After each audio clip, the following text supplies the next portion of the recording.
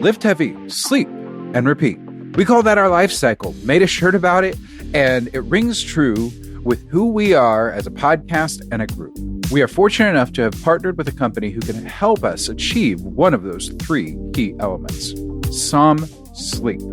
They have a keto-friendly version of their delicious sleep aid drink, and we're loving it. It's a lightly flavored 8-ounce anti-energy drink. You drink it roughly 30 minutes before you're ready to go to sleep, and you'll feel it help you into a deep, restful, all-night sleep. It provides some helpful elements to do so, including magnesium, GABA, and melatonin. When combined, you have a powerful tool for getting the impactful sleep that you and I so frequently don't get in our technology-driven, fast-paced lives. You can find it at some retail stores, but you can also purchase it online and get it shipped to your door.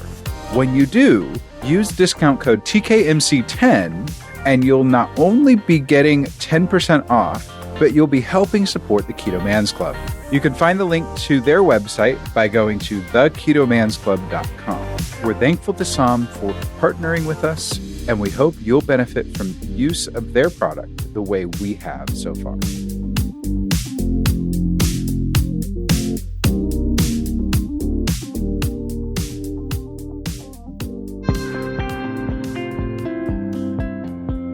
Hello and welcome to the Keto Man's Club podcast. We're glad you're here, where each week we talk about men's health and lifestyle. We do so with the foundation of the ketogenic diet and lifestyle. If you don't know what keto is, stick around and you'll find out. The podcast will bring you real, honest fun. Each week we strive to uncover the tips and tricks that you can use in your everyday life to maximize your overall health. Find the clearest path to becoming the best version of yourself that you were meant to be. Hello and welcome to this week's episode of the Keto Man's Club podcast. My name is Chris. I'm one of your hosts, and this week I am joined by Jim and Alberto, and it's good to have the three of us back together again. Alberto just got back from a couple weeks of vacation. I'm outside. For those that aren't watching the YouTube version of this, I'm sitting outside in my backyard in front of my smoker. I have some burgers and some chicken on there that I needed to manage, so I just moved my studio outside. But luckily, it's a lovely day here in Texas, even though it is a little bit hot. Not terribly hot, but hot enough that, you know, I've got my water here and I'll be sweating plenty. But yeah, glad to be together. Jim, what's going on with you? Started Staycation 2021 yesterday at 12:05, which is kind of nice. So got a week off. Still trying to figure out if I can get away for a day or two and take the dogs to some cabin in the woods and disconnect for a couple days. But if not, that's all right. The highlight of Staycation 2021 so far is that, as you guys know, I've been struggling with sleep over the last couple of months. And last night, took a sleeping pill. Slept for about 9 hours straight, got up, did a couple things, and then like a 13-year-old teenage boy, I went back to bed and slept till noon today, and it was awesome. So if that's the start of Staycation, it's not so bad. So that's my status at the moment. That's a pretty good start. I would say that's a pretty good start. Berto, what's new with you? How did the trip go? Oh, fine. Dragged the whole family up to Chicago to go visit the parents for a little while. Just got back yesterday, so spent most of the day just getting the house back in order, cutting the grass, grocery shopping, that kind of thing. So it was good to get the time off to rest and relax and let all my achy joints and muscles take a break, because all that fun stuff starts again tomorrow, and it's going to be brutal. So I also plan on starting this year's cut tomorrow morning. So that should be interesting, because I'm back to eating the same amount of calories as I was when I started last year's cut, but I am only a few pounds lighter, but way leaner than what I started at last year. So this time around is going to be pretty interesting to see what the end result's going to be. Yeah, I agree. I think this will be an interesting test for you. You've done these cycles now 2 or 3 times where you very slow, gradual cut down to your birthday, then come back out of it slowly, this one has been interesting. This change, or this version of that has seems to have been an interesting one for you. So that's going to be fun to watch and go along with you on it. It'll be interesting, because I've somehow managed to put on, I think, like 6 or 7 pounds since last September, October, but very, very minimal fluff. So it'll be curious to see what all gets stripped away, because, well, you always think that there's not much to strip away, but there's always something to strip away. So we'll just see how it ends up. Yeah, absolutely. We might be getting to some of that with Jay tonight, since he knows a thing or two about shredding. I'm sure that this will be a good conversation for all that. So yeah, let's get into shout outs real quick. After that, we'll do a little club business, and then we'll dive right into Jay, his story, and learn a little bit of his expertise, although he's got his expertise out there in a lot of other places. So we're mostly interested in his story. So Berto, let's start with you. Well, with a group member, Nathan B. Just kept a couple side-by-side pictures of his headshots, and he said he's down 126 pounds. And what caught my attention is one of his pictures. He is in front of First Avenue in Minneapolis, and that's probably one of my favorite venues on the rare occasion that I do visit Minneapolis. So I'm going to run with that guy. 126 pounds down. I think that's definitely worth celebrating. And noteworthy, for sure. What about you, Jim? Mine is Jason T., who had his 4th of July side-by-sides from 2018 to 2021. 2018 was a little bit rough. Not only was he about 280 pounds, but he's got that I fell asleep in the sun tan, and it's not tan, it's red. And it's not the all red as much as my arm was across my chest. So he's got this like shoulder strap looking thing, the poor guy. But he's gone from 280 to 170. Pretty awesome job. So kudos to Jason. Interesting Chris, note about you? Jason. I actually we actually communicate with Jason on a regular basis. So I believe he's just under 6 feet tall and got down to like 160 something pounds. That guy is eating upwards of 4,000 calories a day and has yet to really start gaining any noticeable weight yet. So like he figured it out, and he was able to dial his own little personal system in, and for like, he's got a very active job too, and he still works out whenever he's not dealing with other like achy health issues. But for someone to be as lean as he is, eating that much food, and at the same time like not really blowing up with it at all, just being able to stay lean and continue rocking, like that takes a commitment and time. Yeah, he's killing it, and just like you said, Berto, he's even today he was in our group chat saying, "Yeah, I'm really, really hungry," and we're like, "You should probably eat more," and he's like, "But," and we're like, "You should really eat more," and he's like, "How?" Like he really just didn't know what to do. Yeah, he didn't know what to do. I am shouting out Brian Hodge. Brian has done some amazing things. 2 milestones, he says, to report: 160 pounds of weight loss so far, and yesterday marked 1 year of no alcohol. He's looking fantastic. Like people literally commented, "This is a different person," right?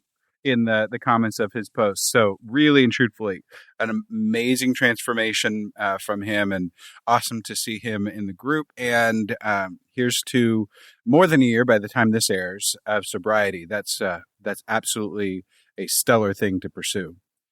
A couple notes to our listeners and viewers. Number one, we do have a place to view this. This will be a video episode eventually on YouTube, and we'd love for you to join us over there on YouTube, leave comments, and interact with us there. But you can find all of our links to everything. You can find the podcast. You can find the YouTube channel. You can find pretty much everything by going to theketomansclub.com. Everything is there. Brand new website. We'd love for you to check it out. Leave us a comment. Leave us a whatever there, rating and everything else. You can find links to the Facebook groups and the Facebook page there, as well as links to our product partners that we are very appreciative of them supporting us in the ways that they do. So everything is there, theketomansclub.com. You've also got social links for Jim, Berto, and myself. So we've got all of that right there in one place, which is really great to have and see. Today we have, well, actually, before we dig into that, Jim, any other things that we need to cover before we dive in? No, I think we're pretty much on track as usual. So, no, I think we're ready to roll. Very cool.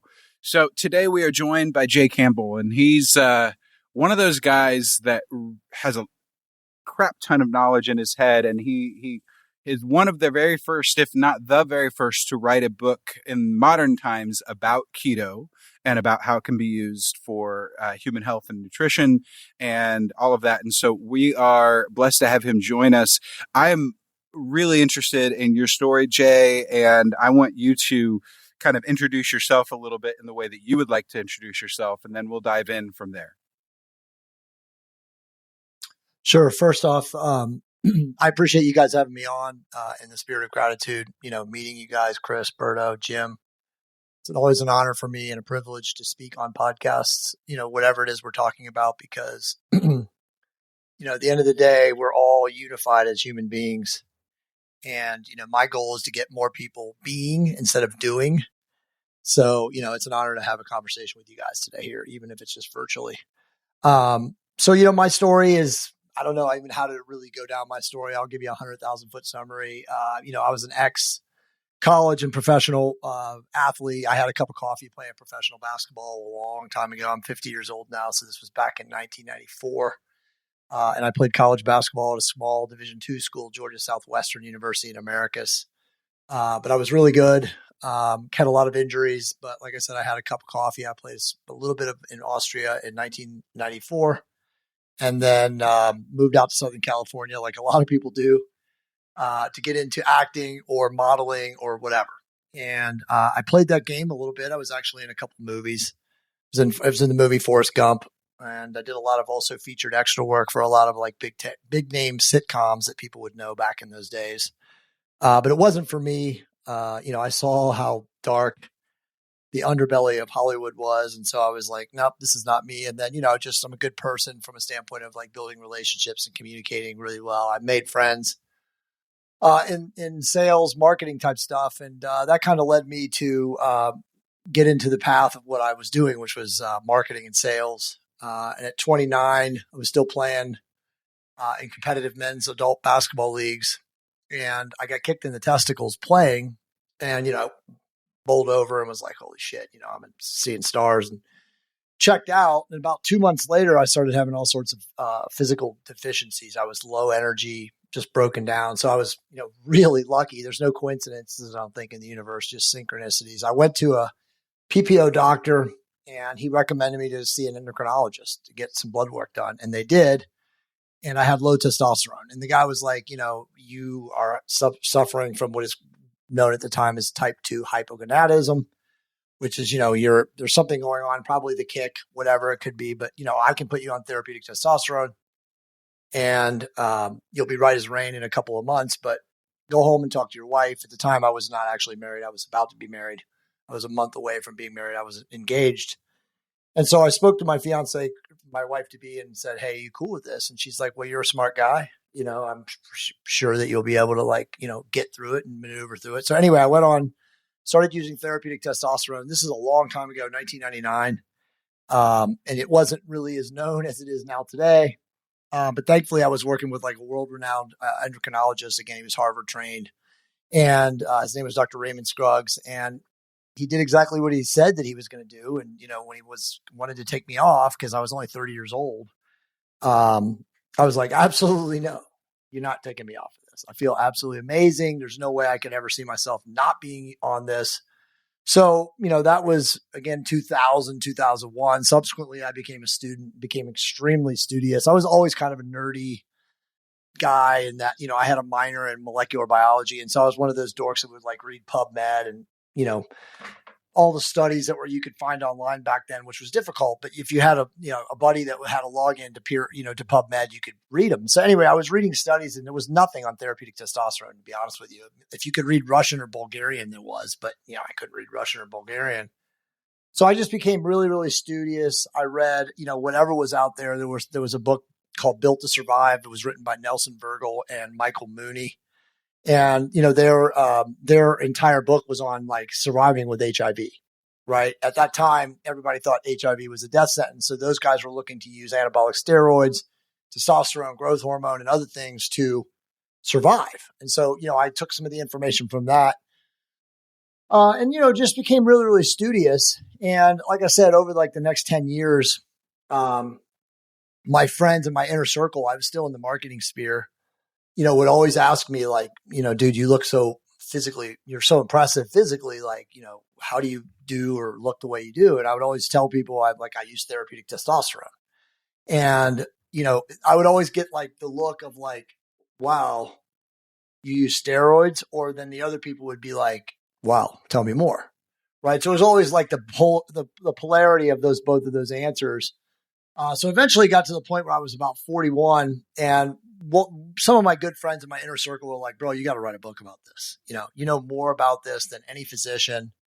Like, you're obviously walking the walk, write the book. And so, I was kind of weird at the time. I just met my current and last wife. And we had been, we weren't married yet, but we were dating, and I was coming out of a really bad divorce, and her and I were working together in real estate, and I didn't really want to risk or jeopardize that business by being a non-medical person writing a book on therapeutic testosterone, right? So I reached out to some, pretty renowned people, Rick Collins being one, who's like one of the world's most famous attorneys in the, performance enhancement arena. He works for like the Professional Bodybuilder Association that, at the time, Worldwide Wrestling, he's just a well-known guy.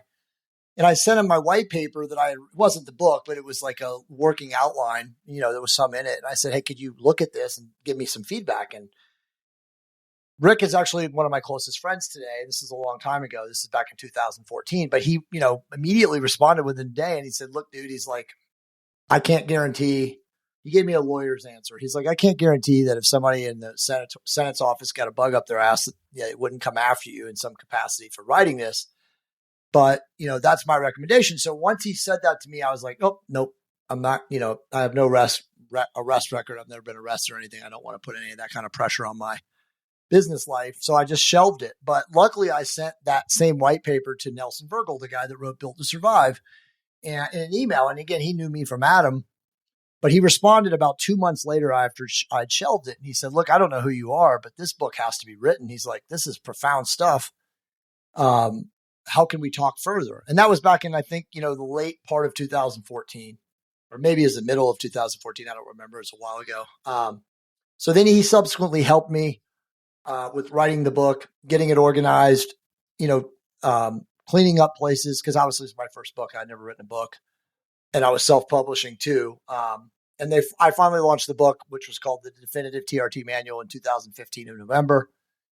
And it went on to become a really, smash. Still to this day, I think it's actually now been passed by my other book, but they're the two number one selling books of all time. So that was in 2015, again, on therapeutic testosterone. And then, writing that book and then meeting all these people that I met in the medical community, researchers, doctors, all sorts of clinicians. It led me to write all these other books, right? You guys know books probably on fasting that I've written. And then, my most recent book, which is Living a Fully Optimized Life. So, in that world of writing books and meeting people, I really, got this acclaim as like, one of the world's leading experts on like kind of hormones and health optimization. I kind of think that we coined this entire, genre from allopathic medicine or sick care to, optimized health, which is obviously taking personal responsibility and accountability for your health. And that's kind of my story. I'm not talking obviously about my family and my kids. I'm blessed to have 2 children. And my wife has 3 biologicals from a previous marriage. So at times, we've been managing 5 children over the last 10 years, which has been a blessing, a challenge, but a blessing. And, here I am, now today I created a company with my business partner, a Sear Custom, which is absolutely a game-changing golden age, as we like to say, a product company. And we're disrupting essentially, depending on who you talk to, a $6 to $12 billion a year industry in the hair loss industry. So, we obviously have a product that regrows hair, and we have a couple other products that also will rebuild the cellular matrix of the face. And again, these are all obviously done through cosmeceutical peptides. And as you guys probably are aware, peptides is kind of in its infancy right now.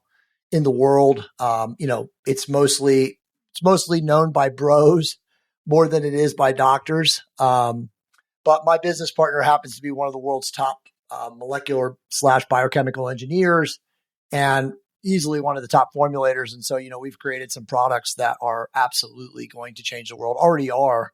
Again, they're just very disruptive to the industry because the industry is predicated on really fraud. The whole hair loss industry, for the most part, sells products that don't really produce results. And if they do produce results, they develop a psychological and a physiological addiction to using them. And I'm obviously talking about DHT inhibiting drugs. The last estimate, there's between 12 and 20 million men and women in the United States that use DHT inhibiting drugs. And it's not pretty what DHT inhibiting drugs do to male and female biological systems. But unfortunately, again, the clinical community does not really look at ways to determine what's happening to the cells of people using these things. And so most people just continue to use them, not knowing that they're very deleterious to your health. And so, part of my deal now is like really exposing the underbelly of these as we, continue to push our product into the ether, as I say, because our product does not have side effects. It does not disrupt hormonal pathways. It's totally natural. And like I said, if you are living a good, clean life, you're not going to have any issues regrowing your hair using our product. Well, for those who are not watching on YouTube, the three hosts have some sort of follically challenged scalp issues, if you will. So, that may be the next podcast that we do is just about you and your hair kind of thing. Sure. You've put a lot in here in the last 10 minutes or so, Jay. I want to go back a little bit to the injury where things started rolling for you and where you got that diagnosis of the low testosterone. A lot of our guys in our groups talk about that potentially being a problem for them, but they're not really sure, or they've had the test and it's like, well, you've fallen into a certain zone, so therefore you're normal and whatnot. So right. How, and again, this happened to you, 20 some years ago, but kind of tell us where your numbers were, how you determined that or how the physician determined it was low, how you got to where you are now, how you maintain. I mean, that's another in-depth kind of loaded question, but kind of give us a little bit more detail on that if you could. Yeah, so it's a really good question. So I'll just give you mine from my past experience, and then I'll go into like today. And obviously I'm very, very knowledgeable and learned and educated in this, so I can speak at a high level about it. I was pure luck, but again, I don't think that it was a coincidence. It was, again, a synchronicity for me to have this challenge so that I could do what I'm doing for men, planetary wide in this regard. But it was just pure luck. And that I, was referred literally to a physician that knew what the hell they were doing, because 98% of doctors have no clue.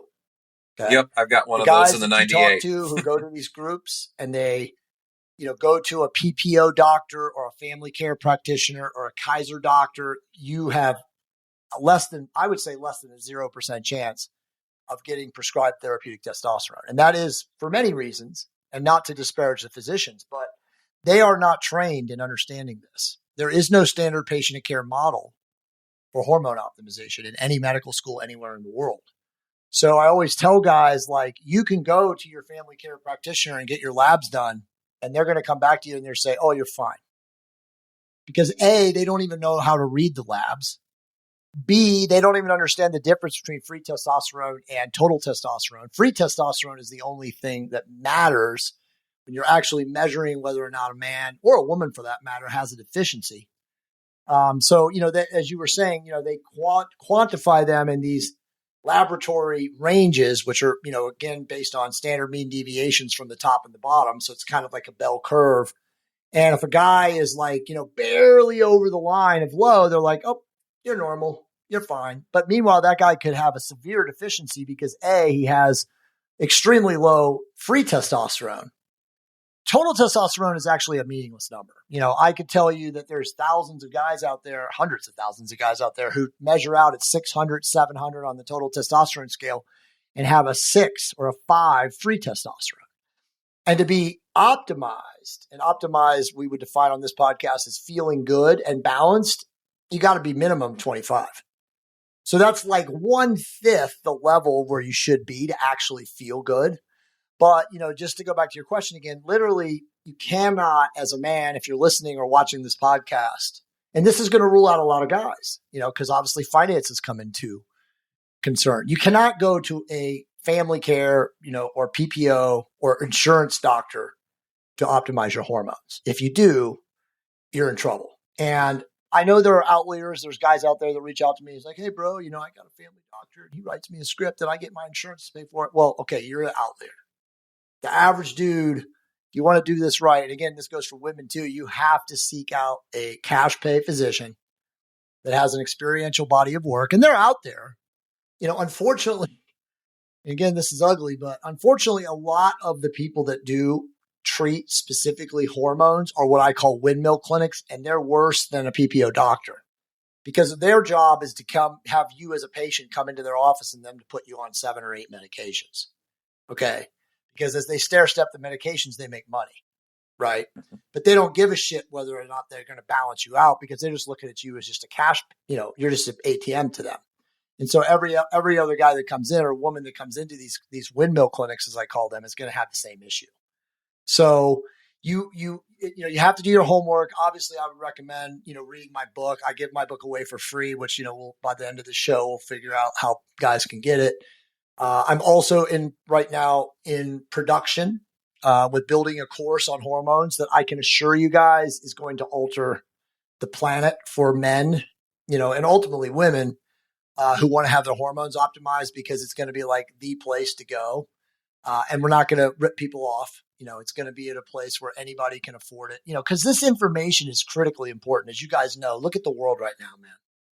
People are getting sicker, more inflamed, more bombarded by the environment and the chemicals and the EDCs and all these different things. So, as we get later into this decade, it's going to be critical for men and women to understand how to do it right.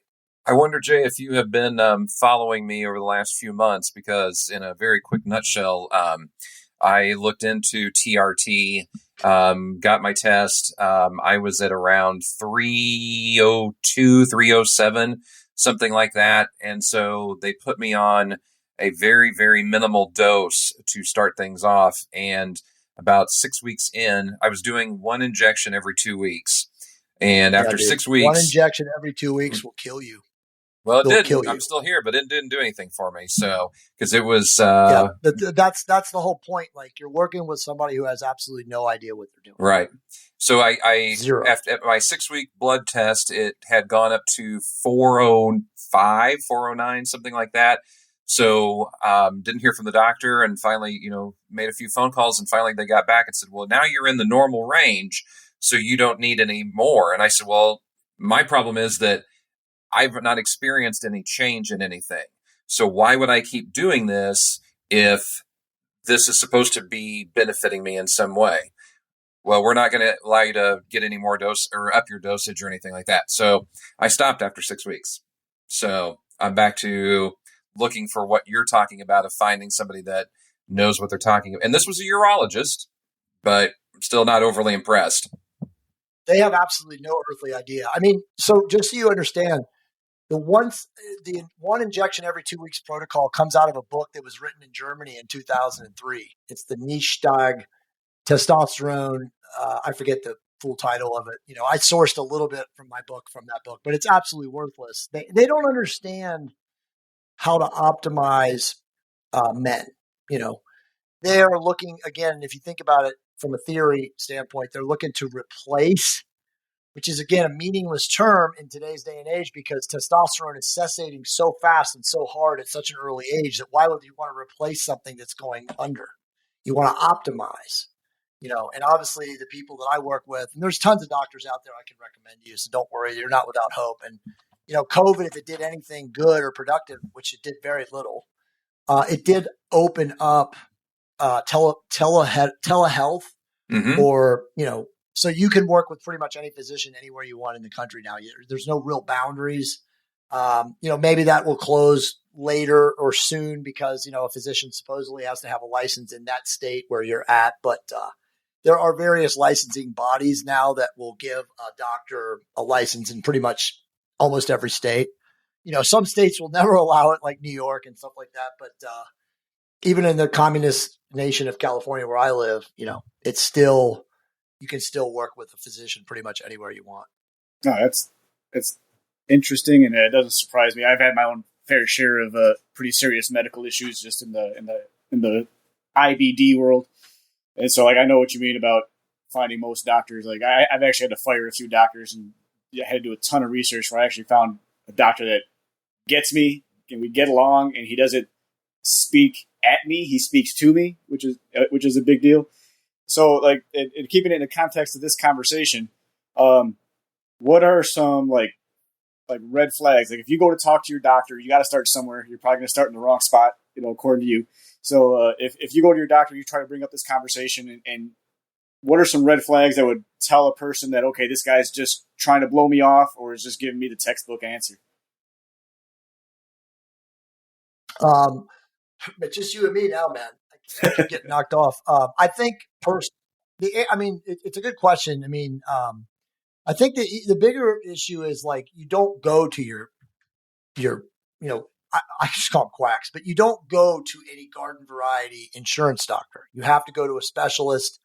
You have to do some research. I actually created a document that's in the TOT Bible on the questions to ask, how to vet your doctor. Excellent. So, I give that out for free, but in reality, to your question, because it is important, is you cannot go to a doctor that is not experienced in doing this. Otherwise you're set up to fail because they don't know what they're doing. He went to his Jim, I think, right? He went to a doctor who's a urologist who's supposed to be understood in this. He has no clue. That urologist has no clue. Anybody who would give a man one shot of testosterone every 2 weeks should not have a license, should not have a medical license. That's torture. Literally torture. What's your take on he's probably not feeling very well. Yeah, well, I know he said it hasn't gotten better, and he's definitely shared his frustrations overall with his experience, and understandably so. If you go to seek out medical help, and what they're prescribing and offering you does absolutely nothing for you, how is that not frustrating? Oh, it's horrible. For Jim, you guys can all go check it out, but there's a website. It's called testosteroneaddiction.com. And it's actually put together by legitimate people. They're utterly clueless, but they're basically, sharing their experiences of what Jim dealt with. Right. So if you get thousands of people who get quacked by idiot doctors who have no idea what they are doing, and they actually make the patient far worse. And then they share their experiences on this website. You can read it. Obviously I've been to the website many times. It's been around for 3 years. I always tell people to go check it out so they can understand that there is a way to do this wrong. And if you want to understand how to do it wrong, go read that website because there's tons of testimonials from patients in there. But it's the same story as what he said. Literally, my doctor gave me a testosterone injection once every 2 weeks. And when I got my blood work done, I was less than when I started. Well, duh. The doctor doesn't even know what they're doing. Again, any doctor who would do something like that is literally should not have a license, should not be allowed to prescribe testosterone because that's medieval in the way testosterone functions in biological systems. So, I feel for him, but like I said, I've heard it from thousands of people before.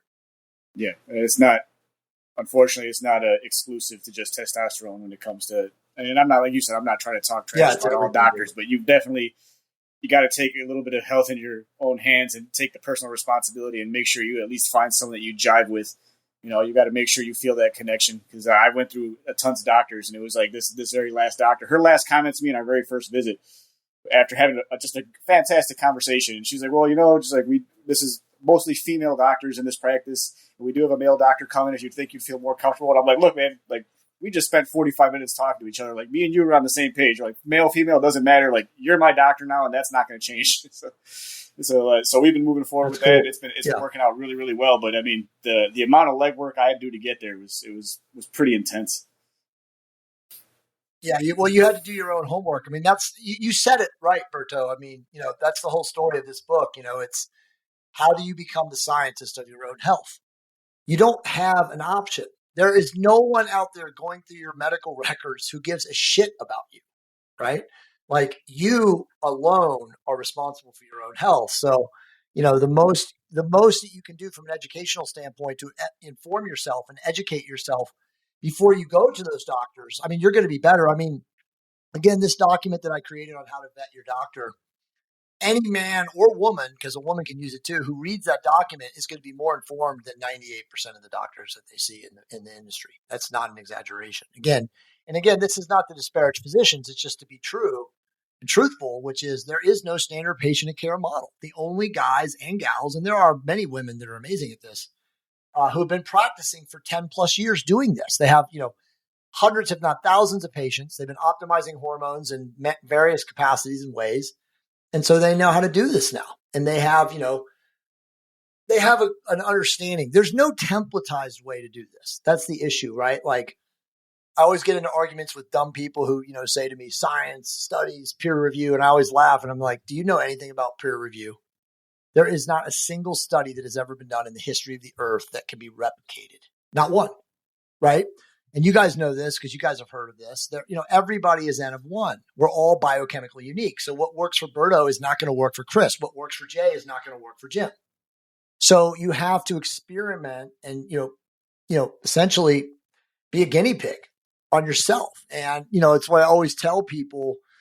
When you do this, if you do find a doctor like you obviously it seems have, Berto, who knows what is up and will obviously listen to you, because you're right, that's a crucial element. You should never do anything, okay, other than testosterone itself in isolation, so you understand what testosterone in isolation does to you and your endocrine system. If you go to these, doctor clinics or, windmill clinics, whatever you want to call them, TRT clinics, and they literally put you on this, and this, and this, and you come out with like a $900 bill and you don't even know what is doing what. I mean, how in the hell are they going to figure it out? They're not. They don't care. They just want to mitigate your side effects from all those different drugs and agents that they just loaded you up with when you come back and see them in like 60 days or 75 days or whatever it is, 50 days. Right. So it's like when you do this right, there is a way to do it right. Unless you're a guy who's in your 30s and you want kids, testosterone in isolation.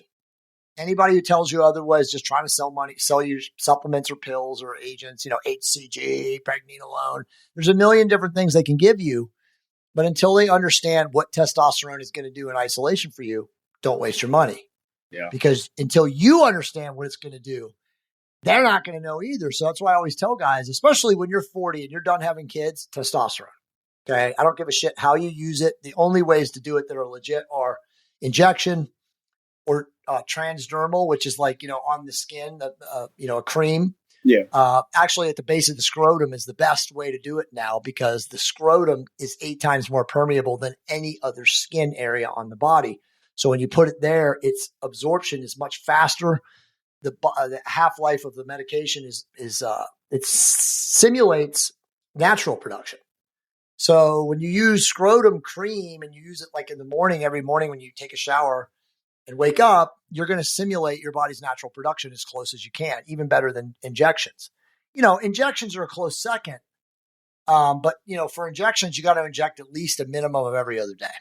Okay, you have to inject yourself at least every other day. And again, that's to mimic the body's natural production. So Jim, to think about you being injected once every 2 weeks. I mean, that, like I said, that's like medieval. That's like a form of torture.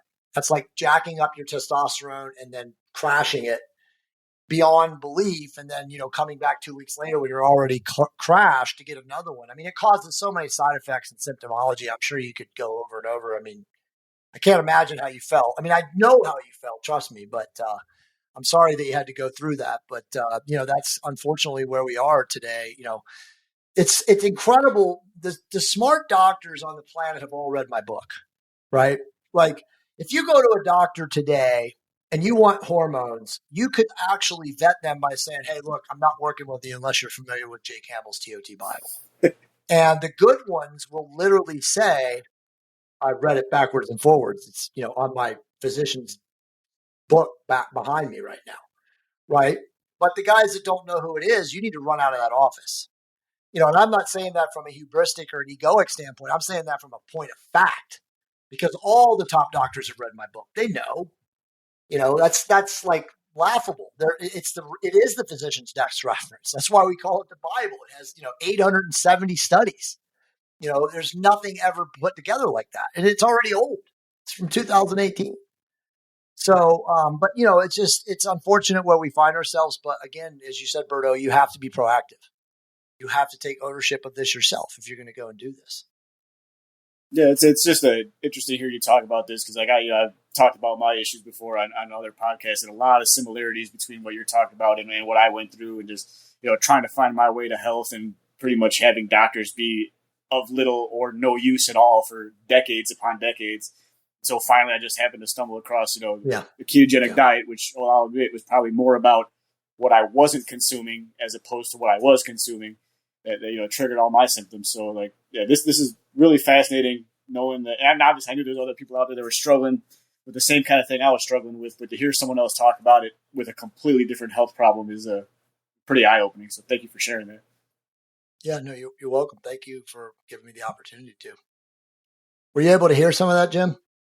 I was a little bit. Yeah, I apologize. For some reason, my home internet cut out, so I wasn't pissed off at you or anything. That I just walked away for a little bit. I promise. No, it's all good. Jim had to go for a walk around the block. Technology's great when it works. Son of a gun. He said I was right. Yeah. No. And I apologize if this has been brought up since I got booted off for a little bit or whatever. But I'm sure in your book you talk about the relationship of food and whatnot to men's health and everything. So kind of give us an overview of what you discovered in your studies and everything about what's worked for you, what's worked in general, and so on. Yeah. So, I'm obviously a huge advocate of nutrition. I always ask this quote whenever I speak or I lecture or whatever. I always ask, because it's mostly physicians. I always ask them, what's the most powerful drug known to humans? And I usually set them up by saying that 99 out of 100 of you will not get this answer right. And they'll think of this drug or that drug or this drug or that drug. And I'm always like, nope, it's food. Do you understand the molecular cascade every time you take a bite? What happens? You know what I mean? And then I go, get all esoteric and whatever. But the reality of the world today is that 90% of health problems are due to poor nutrition or malnutrition, if we were going to go into the third and fourth world. And that is, as you guys now know, everything is contaminated. Where, you guys are keto guys. So how sure are you getting grass-fed, wild-caught food? Because I can make an argument that even that shit is contaminated, right? So the reality is that all of us, especially living in America, in the West, are now dealing with an onslaught of poisons, okay? From the EDCs, the phthalates. There's just so much. If you guys are in the Midwest, you guys are being destroyed by glyphosate and atrazine. That shit is permeating in everywhere. Mile up, it's everywhere. So people have that in their skin. They have that in their intracellular water constituency in between the skin. They have that obviously in visceral body fat. It's literally a carcinogen. And it's everywhere. So in reality, you have to be very, very health conscious or guarded in what you put into your body. Okay. And it's very, very difficult if you eat any kind of garbage, processed food, anything in a box that's not somewhat poisoning you. And I know it's not easy, right? Because that shit tastes good, man. Like, I'm a cereal dude. I could sit there and eat like a gigantic bowl of cereal, right? And I can't eat that stuff anymore because it's so laced and contaminated. It wasn't when we were growing up. Thank God. But now it is, and the reality is you just have to be very, very, very aware of your microbiome, right? And how sensitive what's going on in your gut, right? Because, the science now tells us that the microbiome is a bigger, more important brain than this fucking brain, which is hard to believe. But when the gut brain is off, when the axis of the gut brain is off, it just literally leads to a slow, steady drip of inflammation in the body.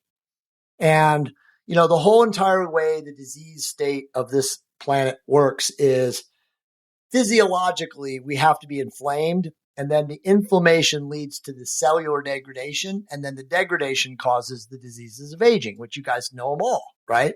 Most people don't even understand that neurodegenerative disorder, which would be obviously Alzheimer's, dementia, Parkinson's, all of these diseases are actually diseases of the gut. Okay. Now, science isn't smart enough to understand that yet. There's some guys that are, but there's a reason that the highest level people that study neurodegenerative disorder call all of it type 3 diabetes, is because they understand it's the same mechanism of action that causes type 2 diabetes. Okay. Type 3 diabetes is just further down the chain, or second and third order effects of the disruption of the pancreas and the chemoreceptors failing, right? So what does that mean? Well, it means that if you eat too much simple sugar or too much carbohydrates and you overproduce glucose, i.e. insulin, you're going to wipe out your pancreas at some point. And once your pancreas and the chemoreceptors in the pancreas stop functioning, and you can think of the chemoreceptors in the pancreas as like a swinging door. So just think of it, it's like a screen-in porch door, and it has just a certain amount of swings before the screws, give out in the frame. And that's the way your chemoreceptors are in your pancreas. And if you're just a typical American eating like shit, eating boxed food, eating sugar, drinking too much alcohol, just again, a typical American diet, what do they call it? The SAD diet, the standard American diet. Your chemoreceptors give out by the time you're 35. And once they give out, well, type 2 diabetes is inevitable because you have no way to regulate the insulin, right? So now, again, your door doesn't swing open anymore. It's not closing shut. It's broken. So you're just constantly in a cycle of overproducing insulin, spiking your insulin. Now you're physiologically tired. You go from energized to tired, energized to tired. It leads to obviously body fat deposition. It leads to inflammation, so on and so forth. But we don't even realize, and this is coming, but the neurodegenerative disorder in this country in the next 10 to 15 years is going to make people have they're not going to believe it, because it's just the next stage from type 2 diabetes. That's what happens after that, because your brain stops working too, and that inflammation in the brain, everybody talks about, what's it called? I can't think of it right now, for Alzheimer's. Oh, amyloid plaque. Well, what do you think amyloid plaque comes from? It's a downstream second and third order effect, again, of too much sugar consumption and your insulin and your pancreas failing to regulate your insulin production. So, to circle around to your question, I recommend that people control what I call insulin control. They live an insulin controlled lifestyle. And what that means is you are eating obviously keto, or you're fasting, or you're carnivore, or you're controlling the consumption of sugar and carbohydrates. And when you eat your carbohydrates, you're only eating your carbohydrates around specific timed events like weight training, like some sort of explosive movement that you're doing, whether you're a strongman or whatever. And you keep the insulin under control through the mediation of eating carbohydrates, again, producing glucose and sugar, relative to when they're necessary, right? So in my book, Living a Fully Optimized Life, we talk about maintaining metabolic flexibility. And metabolic flexibility is, again, fueling your body relative to its energetic demand, right? So again, if you're a weightlifter, a bodybuilder, or a strongman, you need carbs, right? That's how you're going to fuel the performance. I mean, you just have to do that, right? Now, guys out there today cannot eat carbs and eat, a ketogenic or an Atkins diet, or again, a fasting diet, but at some point you have to fuel your body's energetic demands relative to that demand, right? So like I always say, the best bodybuilders in the world are going to eat carbs at some point relative to when the energy demands that they eat carbs. Okay. You absolutely can be a ketogenic guy and still train effectively, but you're not going to be, and I'm sure there's guys out there who will dispute this, but you're not going to be the ultimate level of competitor at the highest levels of bodybuilding if you're only eating fat. It's just not going to work. You're eventually going to have a breakdown. And as I told you guys, I helped write the first book, The Ketogenic Diet in Practice. Lyle McDonald wrote it, and I helped him. I was one of his test dummies. And I was in ketosis, heavy ketosis for almost 5 years, 3 years straight ketosis, 2 years cyclical ketogenic diet. So I was in and out. And I know for a fact that I was in my best physical shape, aesthetically looking, and also, lean and muscular when I was able to mix the carbs. So, eating ketogenic all the time, and again, there's always outliers, but eating ketogenic all the time and not refueling at times when it's necessary to refuel can also retard insulin metabolism. And we found that out, back in 1995 and 1996. And that's why I always recommend that, like, it's cool, man, if you want to be a keto guy or a carnivore guy, but, learn to fuel your body with the right type of carbohydrates when your body needs to refuel, energetically, especially for training or around training and stuff like that. So it's interesting, but ultimately at the end of the day, if you want to live the longest and strongest, avoid sickness, disease, and obviously aging, because the metabolic disease is what causes the fastest aging, you have to minimize your insulin production. So you have to live controlled. Let's piggyback on where you were. You were talking about the way we eat and how that affects everything. So, Jay, one of the things that you have recently put out, I think recently, you've talked about it. I found out about it whenever I was listening to your interview with Ben Greenfield, where you were talking about your combination of alternate day fasting, but you do something weird on the fasting day to help to encourage muscle growth. Talk about that. So I hopefully I'm getting it right. So I'll just lay out my program. So my book is called The Metabolic Blowtorch Diet, and it was written in 2017. Still an amazing book to this day. I think according to Amazon, it's like the third highest fasting book ever sold by Amazon. And it's, it's not, there's no, how do I say it? It's not rocket science. It's essentially adopting a protocol of you fast every other day. It's essentially alternate day fasting. But the hacks, and I created this over like 10 years from say 2008 to 2017, 2018, working with private clients, is that you train on the days that you don't fast and you fast on your non-training days. But on your non-training days, when you fast, you do your cardio. So so essentially you're training every day, right? But your lifting, your explosive, exercise resistance training is on your eating days, and your cardiovascular training is on the days that you don't eat. Okay. So when you do that, you really ramp up all of the biochemical cascades that happen when you fast, right? And, without getting really esoteric, when you fast, well, let me take a step back, because most people who will be listening to this podcast are most likely confused about fasting because there's so much misinformation. Fasting is not going without food for 14 to 16 hours. That's not fasting. Okay. Now, most people think that's fasting because there's books out there about it, and so gurus on the internet told them that it was.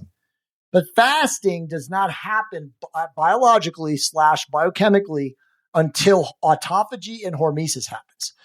And autophagy and hormesis cannot happen scientifically to a human body, or human metabolism is the best way to say it, until you're about 18 hours without any energy nutrient.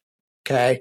So 14 or 16 hours, you stopped eating, at 8 o'clock the next night. And then the next day you woke up and you ate breakfast at 11 and you didn't eat for 15 hours. That's not fasting.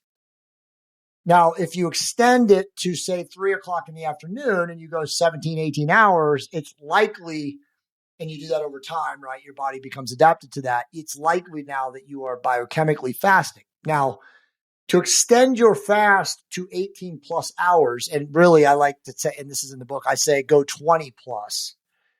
What happens is at that 20-hour window, 19, 20, 21-hour window, the body starts releasing fight or flight hormones. Okay. And this is even when you're fast adapted over time. And fight or flight hormones, they're basically called catecholamines, norepinephrine, epinephrine. There's a couple other ones, noradrenaline. They attack the stubborn fat on your body. So when you start fasting at 20-hour windows and you do it regularly, and again, you become fast adapted, it's like that's why we call it the metabolic blowtorch. It's like a blowtorch to stubborn body fat. So you will drop body fat in areas that you're prone to store it, which is obviously for men, around the belly button and the hips and the high part of the back really, really fast. And, I'm obviously there's thousands of people around the world that have used this diet. But I always challenge guys who are doing 14 to 16 hour fasts. I'm saying like, look, man, trust me, the science doesn't lie and you're not immune. Extend your fast another 4 hours. Oh, but bro, it's really hard. I start getting a pain in my stomach. Okay. Well, it's willpower. It's resolve, have some fucking resolve and do it. And anyone who does that, and I always tell them at least do it for 30 days, sees dramatic body composition shifts. Right? They lose that fat they couldn't lose, that stubborn area, that place around the belt buckle, whatever it is where they, just stuck. They have like a plateau. That's when you lose it. Now, obviously the book offers all sorts of hacks through, interventional agents and adjuvants like metformin and desiccated thyroid and peptides and albuterol and just, super, super gamifying fat loss. And anyone, can obviously do that, male or female. But if you don't have any of those agents and you just want to just like really get lean and shred yourself and lose body fat the fastest way possible, just go without eating 20 hours and do it 3 or 4 days a week, right? Like for me right now, I don't eat on Saturdays and Sundays until the evening. I have not eaten today. I've been drinking, you guys see, I've been drinking black coffee, right? And I've been drinking like this is a deuterium depleted water with electrolytes, which is enhancing mitochondrial function. But I don't eat. I don't eat until usually 5:30 or 6 o'clock. And that gives me 20 hours of fasting on Saturday and Sunday. And then Tuesday and Thursday, I do the same shit. Monday, Wednesday, Friday, I train. Right. So on those training days, I eat whatever the fuck I want. Now I'm not eating Doritos and, Mountain Dew. Right. But I'm eating somewhat clean carbohydrates like yams, brown rice, white rice, black rice, a ton of vegetables, and then clean protein, right? I'm a huge steak guy. My wife's firing up a ribeye tonight, probably have another show I have to do at 6, but after that I'll eat. Maybe I'll even be able to get a chance to eat if I'm off with you guys in enough time. But if not, I'll eat at probably 7:15.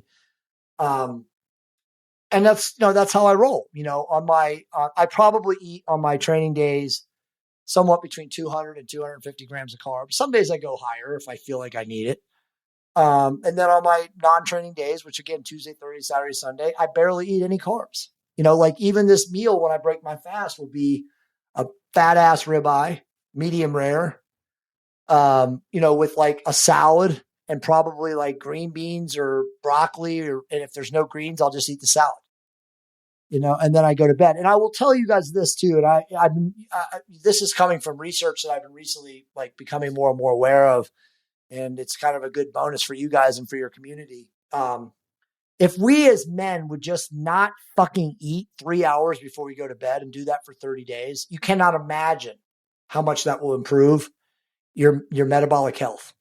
Because all of us, it's that bro in us, it's that warrior mentality. We get that hunger and we want to eat at night, but it's like, just fucking chow. If you're hungry, just eat all day and shut it down at least 3 hours before you go to bed, because the studies are so unbelievable. And they show that like, if you do not have food in your gut while you're sleeping, so that 3 hour window is made sure that it's all digested and metabolized, you are going to sleep so much better.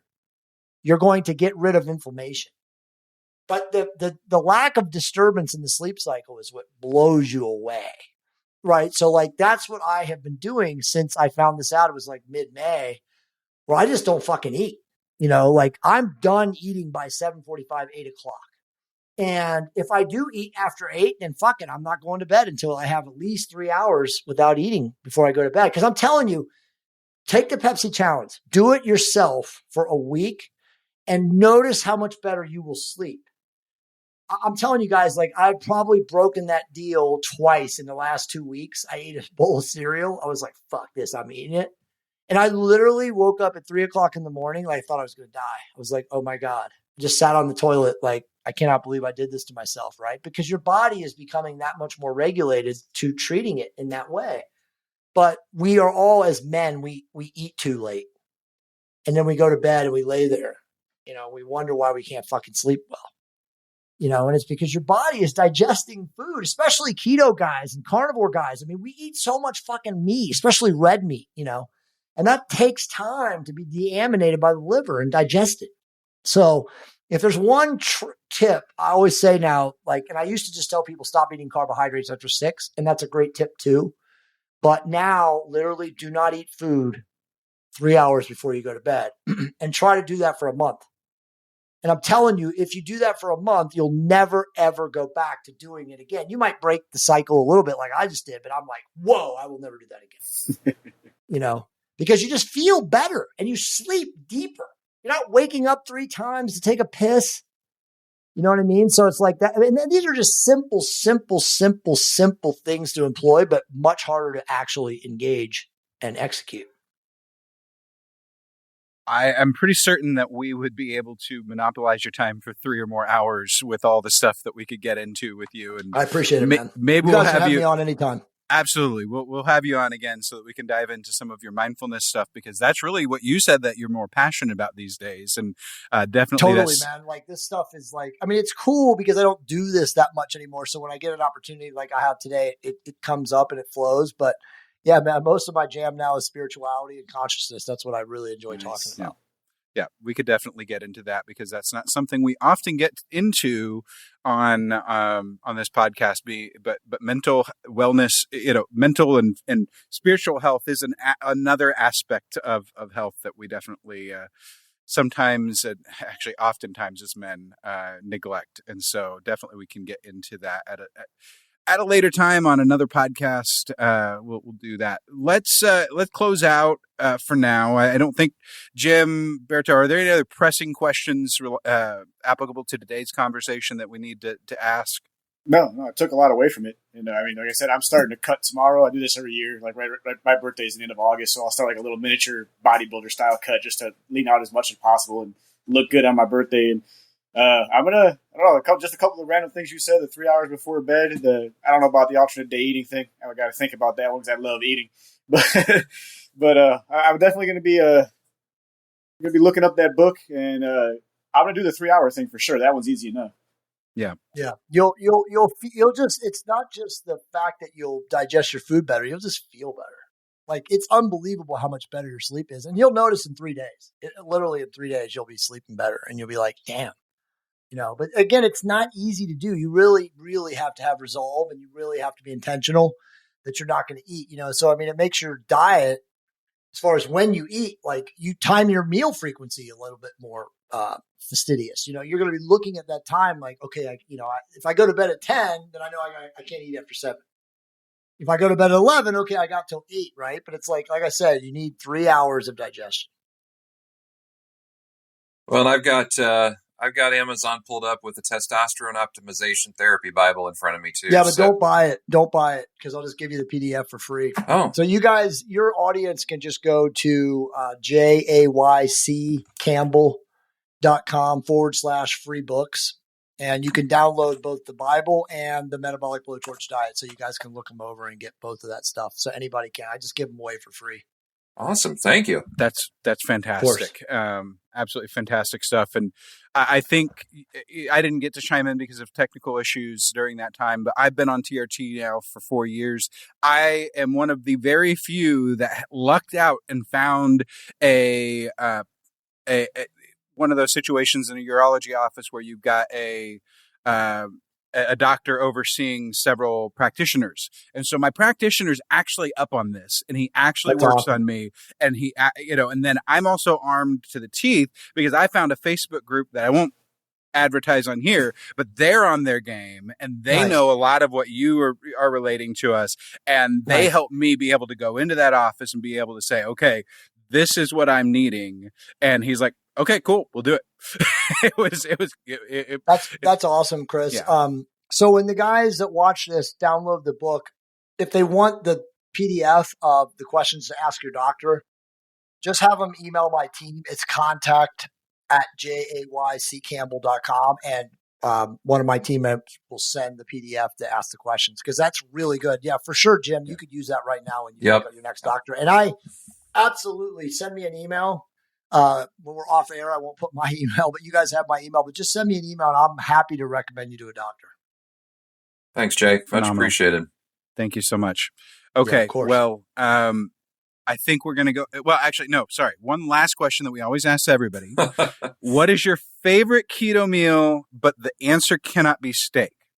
Okay, that would be easy for me. That would be ice cream. What is it called? Synthesis 6 ice cream. Whatever their blend of casein and whey protein isolate is with MCT oil and cinnamon blended up like crazy. And sipped like when it's cold. Well, when I say blended up, like I put like crushed ice in it and then I just shake wait a minute out of it. What kind of ice cream? I sit there Synthesis? I'm like trying to type it in and I'm getting weird stuff on Google, man. So what is there a brand name to it? It's called ice cream. It's for Synthesis 6 or whatever. BSN. I think it's called BSN. Okay. The protein manufacturer. There you go. It comes in the red. Yeah, the red tub, and it's like ice cream, whatever their ice cream blend is. Okay. And then cinnamon and MCT oil mixed up, and it's just bomb.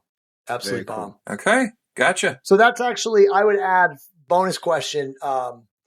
If you do fast and your goal is to drop as much fat as possible, that's what your meal is when you break your fast. So let's say you go 20 hours, right, on a fast on your fasting day, and then you're like starving, you're hungry, but you don't want to kill your diet. So you're like, what can I eat that's not going to like fill me up? Drink 2 of those. So throw in, you could throw in some, if you don't like MCT oil, it could be something else, right? Avocado oil, whatever the hell you drink, C60 oil. But that is going to, MCT preferentially burns, obviously, do faster than amino acids. It preferentially utilizes fuel. And if you're already in ketosis, it's even going to work faster. But that's a really good hack too, to like not overeat at night when you break your fast. Just have those because obviously the MCT oil really satiates you. Yeah. The thing that I picked up when you talked about that on the Ben Greenfield podcast, and that was the thing that I was like, oh, that's the weird thing that he does. He just does a protein shake. Well, that protein shake, it to me makes a lot of sense because your body's already in this really anabolic state. And you're just giving it fuel to do that, but it does. Yeah, it just makes a lot of sense. And I'm like, oh, okay. Yeah, and MCT oil it fills you up. Yeah, it's like pouring Crisco, but a clean, healthy Crisco. Because you drink fuel. One of those, and you're like, fuck, man, I'm full. And if you're still hungry 2 hours later, and you're going to follow that 3-hour principle, you just have another, and then you go to bed. Yep. Very good. Well, thank you. Thank you, Jay. I really appreciate it. We want to get you cut free so you can catch your steak real quick before you have your next appointment. Hopefully. Yeah, hopefully. Thank you for taking some time out of your Sunday. We really appreciate it. Have a wonderful rest of your day. I appreciate you guys too, man. Like I said, if you need to get a hold of me, you know how, and jayccampbell.com/free books. Have them hook it up. Yep, absolutely. Well, to everybody else, until next time, make sure to eat meat, lift heavy, sleep, and repeat. Thank you for joining us for the Keto Man's Club podcast. Your support means the world to us. Don't forget to subscribe so you don't miss an episode. Would you help us spread the word about the Keto Man's Club by sharing with your friends and family? We're available on all podcast platforms, so just search for Keto Man's Club and you'll find us. If you would like to connect with us, you can do so a number of ways. Our web address leads to our Facebook group, theketomansclub.com. That's TheKetoMansClub.com. You can also follow us on Instagram at Keto Man's Club Podcast. Lastly, if you have any comments or questions, feel free to reach out via email to KetoMansClubPodcast@gmail.com. Thank you again for joining us today, and we look forward to hanging out with you again next week.